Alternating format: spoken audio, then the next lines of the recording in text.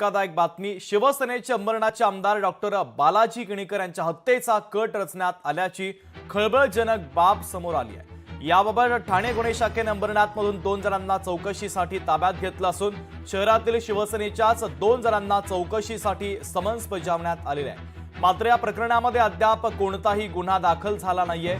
मात्र याबाबत अद्याप आमदार बालाजी किणीकर आणि पोलीस या दोघांनी अधिकृतपणे काहीही बोलण्यास नकार दिला। या प्रकरणामध्ये अद्याप कोणताही गुन्हा सुद्धा दाखल झालेला नाहीये। महत्त्वाची बातमी आपण पाहतोय।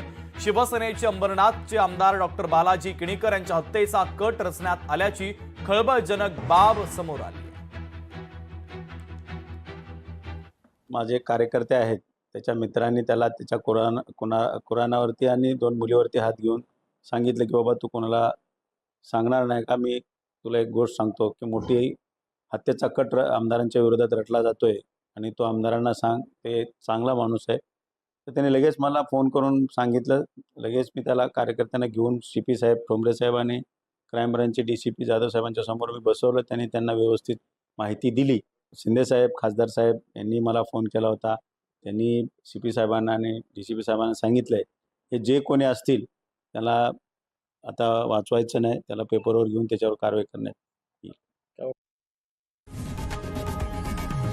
लोकशाही मराठी ऐका, पहा, जागरूक रहा।